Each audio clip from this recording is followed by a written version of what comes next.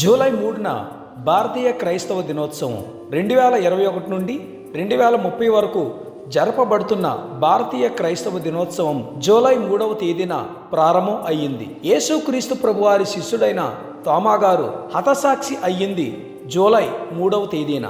తోమా గారు గోండో పర్షియాని పాలిస్తున్న సమయంలో కొంతకాలం గోండో పరస్ దగ్గర ఉండి గుసానీల దాడిని బట్టి క్రీస్తు శకం 52లో వర్తకవాడ ఎక్కి కేరళ సముద్ర తీరమందున్న గెరంగనూరులో దిగారు. పాలూరు, గెరంగనూర్, పారూరు, కోకమంగళం, కాయల్, నిరణం, కొల్లం అను ప్రదేశాల్లో 7 సంఘాలు స్థాపించాడు. కేరళలో 7 సంవత్సరాలు సేవ చేసిన తర్వాత క్రీస్తు శకం 64లో తమిళనాడులో మైలాపూర్ అనే ప్రాంతానికి వచ్చాడు.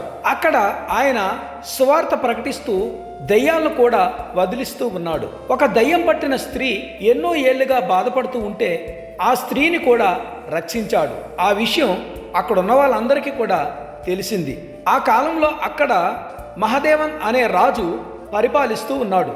రాజుగారి భార్య, కుమార్తె కూడా దయ్యం పట్టి పీడించబడుతూ ఉంటే వారిని విడిపించడానికి రాజైన మహదేవన్ తోమా గారిని తన ఇంటికి ఆహ్వానిస్తాడు. తోమా గారు ప్రార్థన చేసి అతని భార్యను, కూతురిని కూడా రక్షిస్తాడు.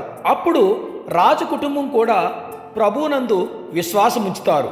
అయితే తోమా గారు చేసిన ఒక బోధ రాజుకు నచ్చలేదు.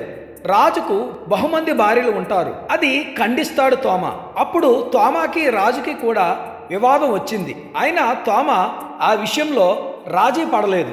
రాజు తోమా మీద బహు ఆగ్రహంతో ఉన్నాడు. రాజు దగ్గర ఉన్న కొంతమంది బ్రాహ్మణులు, రాజు కలిసి తోమాను చంపాలని పన్నాగం పన్నుతారు. ఒకరోజు తోమా గారు కొండ గుహలో ప్రార్థన చేసుకుంటూ ఉంటారు. ఆ కొండకి పైభాగంలో వెలుతురు రావడానికి ఒక రంధ్రం ఉంటుంది. ఆ దుండగులు ఆ రంధ్రం ద్వారా ఒక ఈటను దించి తోమాను పొడిచి గాయం చేసి వెళ్ళిపోతారు. తోమా గారు ఆగాయాలతోనే బయటకు వచ్చి సెయింట్ థామస్ కొండ దగ్గరకు వచ్చి అక్కడ ఒక రాతిశిల ఉంటుంది. అక్కడే ఆయన ప్రాణం విడుస్తాడు. క్రీస్తు శకం 72 జూలై 3వ తేదీన తోమా గారు హతసాక్షి అయ్యారు. కాబట్టి ఈరోజు భారతీయ క్రైస్తవ దినోత్సవంగా జరుపుకోవాలని క్రైస్తవ పెద్దలందరూ కూడా నిర్ణయించారు. ఈ రోజుకి మౌంట్ థామస్ చెన్నై పట్టణంలో ఉంది. మన భారత ప్రభుత్వం తోమా గారి పేరును కూడా 2 సార్లు పోస్టల్ స్టాంప్స్ కూడా విడుదల చేయటం జరిగింది.